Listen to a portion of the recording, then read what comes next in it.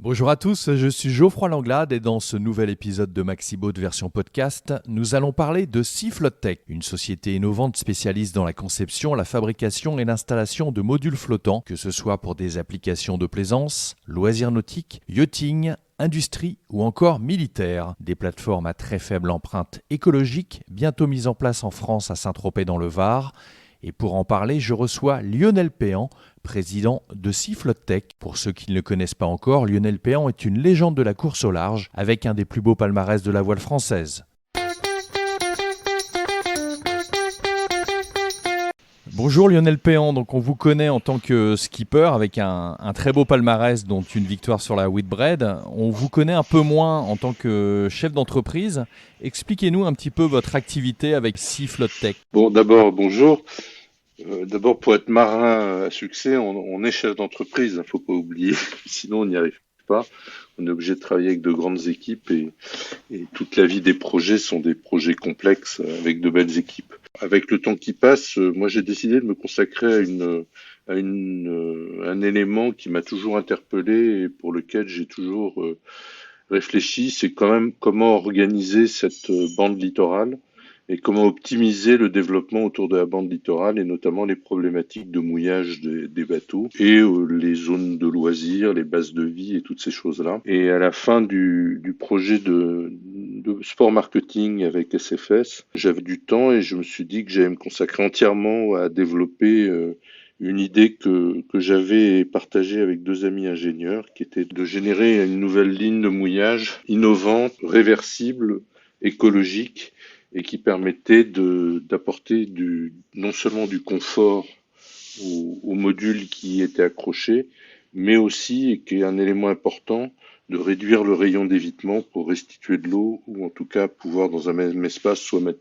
plus de modules, soit mettre en recentrant le nombre de bateaux en restituant de l'eau. Expliquez-nous un petit peu, vous le proposez à qui en fait j'imagine à des institutions, à des ports, à des villes, comment ça marche? En gros, aujourd'hui, un bateau est habitué à poser l'ancre n'importe où. Nos clients sont soit les États, soit effectivement des régions, soit des collectivités qui soit subissent une pression estivale forte, comme par exemple des autres comme le golfe du Morbihan, comme la zone entre la frontière italienne et Marseille, et qu'il faut gérer puisqu'aujourd'hui il y a une vraie problématique de nombre de bateaux, de qualité des eaux. Et après, on peut s'adresser effectivement à des industriels ou des groupes hôteliers sur les produits de loisirs. Et pour l'instant, c'est plutôt les groupes hôteliers qui sont intéressés par nos produits de développement de loisirs. Est-ce qu'il y a déjà des exemples concrets, des choses que vous avez signées peut-être on évoquait Saint-Tropez. Alors Saint-Tropez, on met en place cet été un module qui rentre dans le cadre de la nouvelle loi sur la protection de Posidonie, dont les décrets d'application ont été signés à l'automne dernier, qui fait qu'il y a un trait rouge autour de la côte, à l'intérieur de laquelle les bateaux de plus de 24 mètres ne peuvent plus mouiller sur ancre, mais ne peuvent s'accrocher qu'à des systèmes dits vertueux et écologiques. Et je rappellerai là qu'un mouillage écologique n'est pas un morceau de béton posé au fond, c'est quelque chose d'ancré au fond, donc de vissé ou de scellé au fond. Et donc nous mettons en place un module dédié aux bateaux de plus de 24 mètres et jusqu'à 35 mètres, qui sera installé devant Saint-Tropez pour être au cœur de l'activité estivale pour ce type de bateau et pour notre zone, dans la zone de forte pression touristique, et qui va préjuger de comment pourront être gérés les espaces côtiers de demain. Et ce sera notre produit numéro 1 qui est destiné à être vendu dans 2 ans. Très bien. À l'étranger, est-ce qu'il y a des États qui sont déjà intéressés ? Il y a quand même beaucoup de pays qui sont très sensibles à la cause écologique, on va dire. Alors, aujourd'hui, on a quelques pays qui commencent à bouger fort, comme l'Espagne, qui, comme la France, est dans le cadre de la Posidonie, a protégé notamment tout l'espace des Baléares, notamment. On a des pays comme Chypre, avec lequel on va faire un premier test avec un mouillage de l'ordre de 40 bateaux. Donc ça va être deux ou trois modules, c'est en cours de route. On a des projets avec l'Arabie Saoudite, on a des projets en Indonésie, on a des projets en mer Noire côté Russie et en Turquie. Donc aujourd'hui on a déjà des des expansions naturelles de nos produits, puisque notre produit, c'est pas un produit régional, c'est vraiment un produit universel pour aller sur la mer.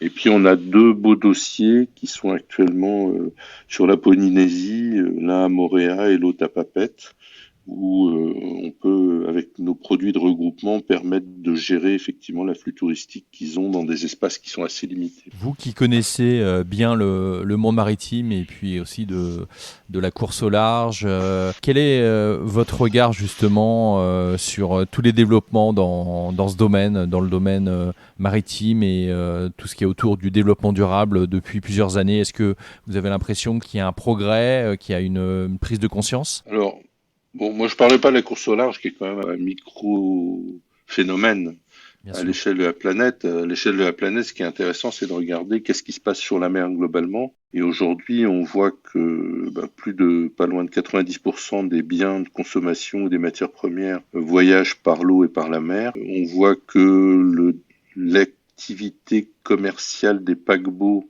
se développe de façon exponentielle. Et c'est quoi un paquebot si ce n'est une ville sur la mer? Donc on a vu ce développement exponentiel du trafic maritime et on l'a vu difficilement bouger sur des problèmes écologiques. Il a fallu que les États légifèrent, notamment par rapport au soufre et par rapport à ces choses-là. Et c'est des démarches qui sont très très longue, je trouve, parce que on connaît le problème depuis longtemps et les gens repoussent, les lobbies ont une force assez importante et repoussent les mouvements importants qui sont nécessaires pour, en tout cas, continuer à préserver notre planète ou en tout cas arrêter de la détériorer ou diminuer cette pression permanente sur l'atmosphère et sur les océans. Donc oui, les gens ont pris conscience, les armements ont commencé à bouger, on commence à chercher sur des nouvelles technologies de propulsion, notamment avec l'hydrogène, qui est aujourd'hui une alternative, qui est sûrement pas la seule alternative, parce que c'est pas si simple que ça de produire de l'hydrogène. Il faut bien de l'énergie quelque part. Donc, on est toujours dans un cercle un peu compliqué entre ce besoin généré par l'expansion démographique et l'économie propre à chaque activité. Et effectivement, moi, je trouve que ça va pas très vite.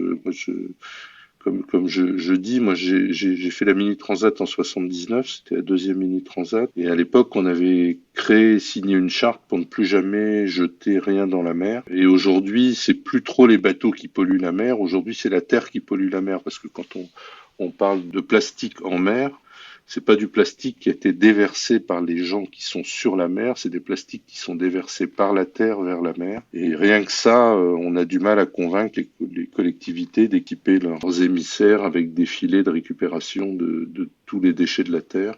Donc il y a un énorme travail à faire, il commence à être fait.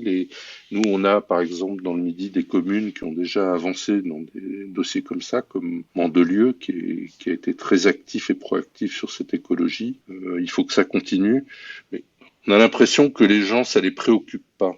Les gens n'ont pas la sensation que il y a une vraie urgence si nos enfants ou nos petits-enfants veulent avoir une belle vie, il faut que les gens aujourd'hui se mobilisent de façon importante sur toutes ces problématiques-là. C'est comme ça, par exemple, chez Siflotech, on a décidé de pas construire d'usine, mais de travailler avec des sous-traitants qui étaient le plus près de nos clients. C'est-à-dire qu'un produit, le produit de Saint-Tropez, il va être fabriqué à Fréjus-Saint-Raphaël, et un produit qui serait fait en Turquie, il sera fabriqué en Turquie. Les produits qui vont être à Chypre seront faits à Chypre, et du coup, ça nous a obligés à faire une gymnastique pour travailler avec des partenaires dans tous les pays où nos produits peuvent avoir de l'attractivité. Et dernière question, avec toute cette activité, j'imagine qu'il y a aussi beaucoup de démarches. Vous avez encore le temps un petit peu de naviguer, de profiter? Alors, ce qui se passe, c'est que le programme avec SFS, qui a duré 5 ans, a été assez lourd pour moi. J'ai quand même porté un gros programme avec une toute petite équipe. Donc, j'étais un peu fatigué. Donc, c'était normal que 2018, je navigue pas beaucoup. Et puis après, quand on lance une jeune entreprise et qu'on la porte avec ses deniers personnels, faut se battre, et c'est comme faire une régate, c'est-à-dire qu'il faut réunir une équipe, trouver des moyens, travailler avec les meilleurs et ça prend beaucoup de temps et du coup ça laisse pas beaucoup de loisirs. Je pense que je récupérerai un peu de loisirs quand on aura commencé à vendre une dizaine de produits. Je me sentirai un peu plus à l'aise pour retourner naviguer. Donc mes seules navigations prévues que j'ai fait depuis 2 ans, en gros, c'est le trophée Bailly de Suffren entre Saint-Tropez et Malte dont je m'occupe et les voiles de Saint-Tropez qui sont en gros mes 2 grosses régates de l'année et j'essaie d'en faire une ou deux de plus comme ça, mais pour l'instant c'est pas significatif par rapport à la nécessité de faire décoller ma jeune entreprise. Bien sûr, on va suivre tout ça de près. Merci Lionel Péan et à très bientôt. Merci, il n'y a pas de problème, vous êtes le bienvenu. Désormais, vous le savez, vous pouvez retrouver tous les épisodes de MaxiBoat version podcast sur vos plateformes d'écoute préférées et également sur les réseaux sociaux. Merci encore pour votre fidélité et à très bientôt.